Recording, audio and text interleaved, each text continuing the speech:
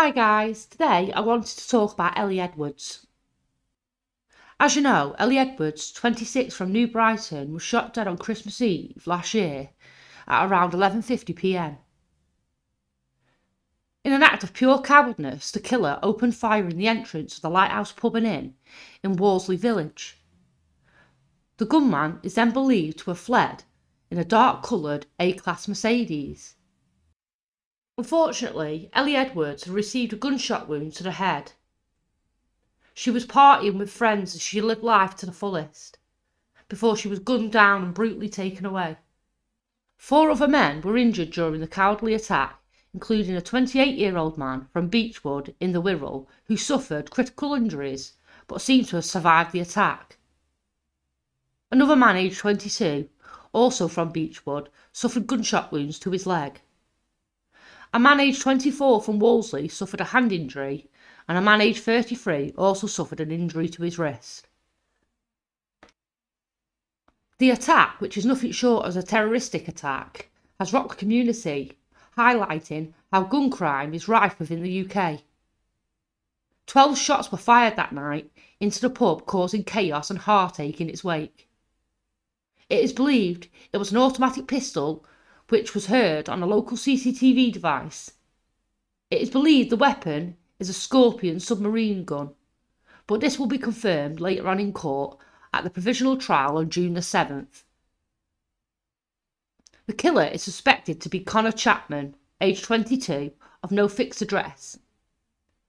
He is charged with murder, 2 counts of attempted murder, 3 counts of unlawful and malicious wounding with intent to do grievously bodily harm, possession of a firearm with intent to endanger life, possession of ammunition with intent to endanger life, and handling stolen goods which relate to the Mercedes A-Class car. Connor Chapman, who appeared via video link at Liverpool Crown Court on April the 17th, was remanded until the trial on June the 7th.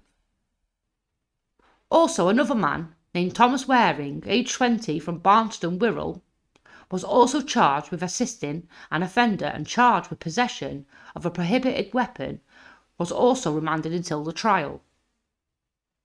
3 other people were also arrested in connection with assisting an offender and have been released on bail pending further inquiries. But conflicting news reports stated different ages and addresses for the suspects involved. Ellie Edwards' family have vowed to set up an anti-gun foundation in her honour, vowing to tackle the gun issue destroying families across the UK. With shootings, gang violence and knife attacks becoming a daily occurrence, it shows how the UK authorities have lost the battle with gangland violence and lost control of guns entering the UK. If that wasn't bad enough, it seems the spineless culture of protecting your own when friends and family members assist offenders involved in the most notorious crimes seems to be on the rise.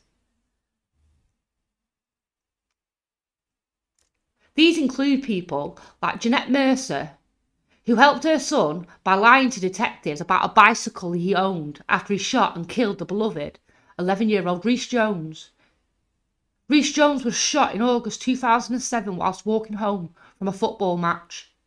He was just an innocent little boy, but Jeanette Mercer did not care.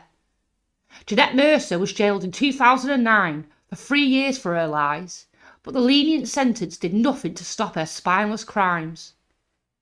It was revealed earlier this year she was arrested and charged again for assisting another one of her sons, who was wanted for drug offences and sentenced to a measly 9 months in prison. She allowed him to stay in her home and she knew of other locations he was staying at. The courts continue to bring offence to UK residents by giving lenient sentences. Who knows how many people like her are roaming about the UK? She even faked having heart palpitations when confronted by police, but stupidly couldn't follow through with the claims when she refused an ambulance. I tell you what, that's pure narcissistic behaviour right there. Her excuses do not wash with me. Personally, I believe larger sentences need to be handed out and these people need to be removed from the areas they terrorise with their lies and crimes. Prison is doing nothing to deter these criminals, and the courts seem to be doing even less to bring justice to the families, giving prisoners rights to refuse to hear their sentences like Thomas Cashman did when he was sentenced. He was so scared of the case becoming a circus, he hid in his cell, and the judge allowed it. If the courts have a power to issue arrests, they could easily make it a crime not to show for sentencing, and force him to come to court to hear his sentence. But that was ignored. As Justice Amanda Yip said, there's nothing I can do. So much for being a judge, eh? But I suppose the courts want to make the process easier for themselves. The trial of Conor Chapman will provisionally start on June the 7th, and I will try and follow it as much as I can. There is also another thing I wanted to say. I have found some of the comments on my videos are quite disturbing. Although I am not on about anyone specifically, this may apply to a few I have already removed. If anyone continues to harass other viewers, I will remove the privilege of watching and commenting on my videos. That doesn't mean you can't debate someone or disagree with each other. You have the right to believe someone is innocent of crimes they have been convicted of.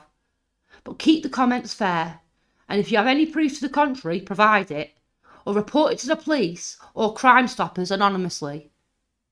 Please be careful of the information you post about yourselves online, and keep yourselves safe. How do you think we can tackle gang violence and gun crime in the UK? What steps should be taken to stop these people from abusing another life? Thank you for your time, and I appreciate you watching. Have a great day.